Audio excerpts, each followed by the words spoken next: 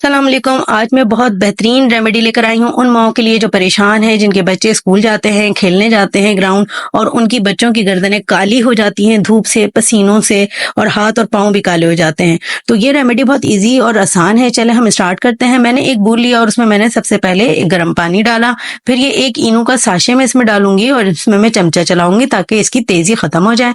फिर मैं चावल का आटा इसमें मैं ऐड करूंगी। 1 चमचा मैंने चावल का आटा इसमें ऐड किया है, इसको भी मैं अच्छे से मिक्स कर लूंगी।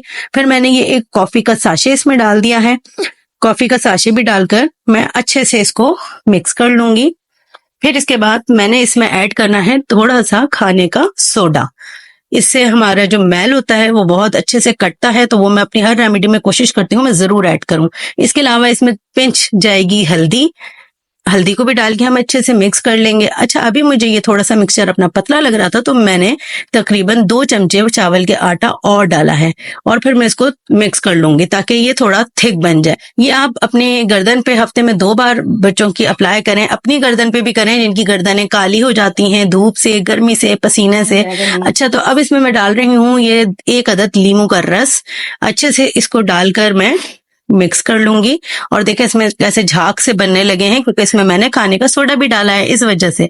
ये देखिए अब इसको मैं अच्छे से मिक्स कर लूंगी और फिर मैं इसको अप्लाई करूंगी बच्चे की गर्दन पे। ये देखें, ये मैंने अपने बेटे की गर्दन पे अप्लाई करना शुरू कर दिया है, और मैं इसको अच्छे से अप्लाई करके थोड़ी देर रहने दूंगी जब तक कि ये सूख नहीं जाता।